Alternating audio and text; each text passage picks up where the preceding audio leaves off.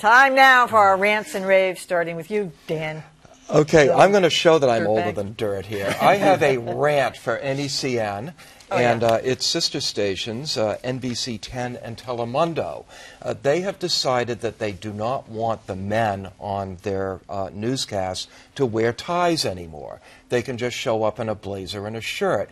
And the idea, according to the news director, Ben Dobson, is they're just going to be more casual and connect with their viewers.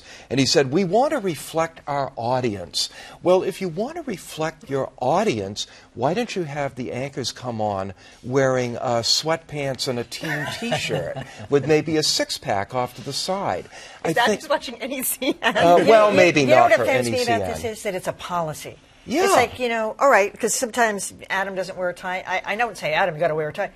You don't have to wear a tie. You don't have to wear a tie. But it shouldn't be a policy. Okay, let's take it off right now. And the women have to wear those tight, solid colored dresses, It too. shouldn't be a policy, and when you show up to work, you ought to look like you showed up to work.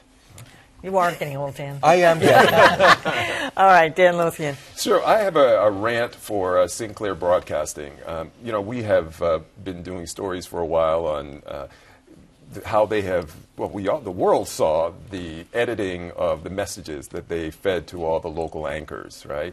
And so there's a lot of talk about the conservative-leaning network, if you will, pushing content on their anchors. Well, there's an interesting New Yorker piece that really delves in a little deeper on really how this works, beyond the fact that they have exploited, apparently, according to this article, some loopholes to allow them to have more ownership of multiple stations in one market. They're also supplying questions to their local reporters to go out and do man-on-the-street interviews, and usually they skew against Democrats. And some reporters have balked at this and said, we're not going to do this, and have quit their jobs. But I find that to be quite disturbing, where a station group like that, this ownership, that they can actually feed questions to reporters and tell them, when you go out, ask these questions as part of your reporting.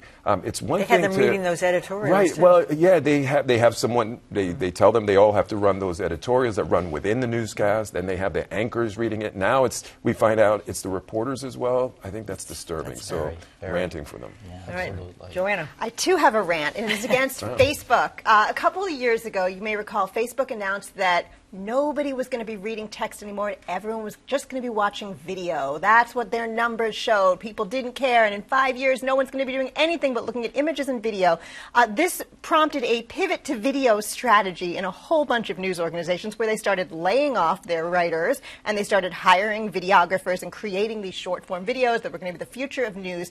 Well, it turns out that those numbers were super inflated. Facebook made a mistake. It was a similar kind of mistake to what my fourth grader does on his word problems in division homework. Like, seriously, they used the wrong denominator.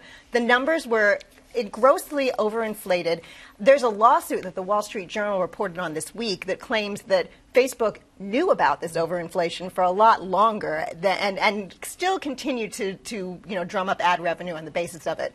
Whether that's true or not, boo on Facebook for doing that, and then a rant against all the other news organizations that fell in line and decided to change their whole staff structure because Facebook had to be right. If you scrolled through your news feed and a Facebook video began auto-playing, it counted as you looked at a video. That was the math error. Just quickly, last week I kind of slapped the hands of the New York Times Magazine for going crazy with its fonts. But this Sunday, so I'm going to come back with a rave for the New York Times.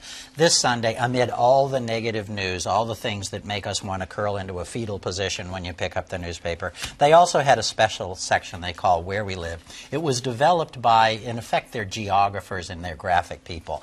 This section opens up. I'm just going to spread it out here. Oh, wow. This is one page. Wow. And I know you can't see this on television, but I could hang that from the back of a closet door, which I did.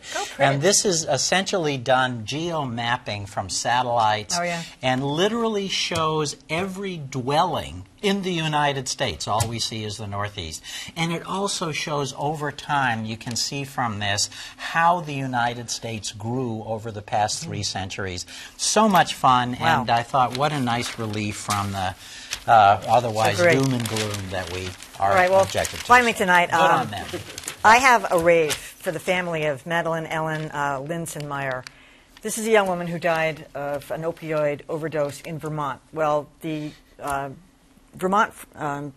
the Burlington Free Press picked it up as an obituary, but when everybody saw this obituary, it became a news story across America because of what the family said, because of their honesty. So it got picked up in headlines by the New York Times, the Boston Globe, CNN, and it's so refreshing to see something like this instead of died suddenly or, you know, after a long battle with, you know, but the specifics of this were heart-wrenching and very, I mean, there's nothing really more was, effective, yeah. you know, when you really speak to something and how it affects other people as well.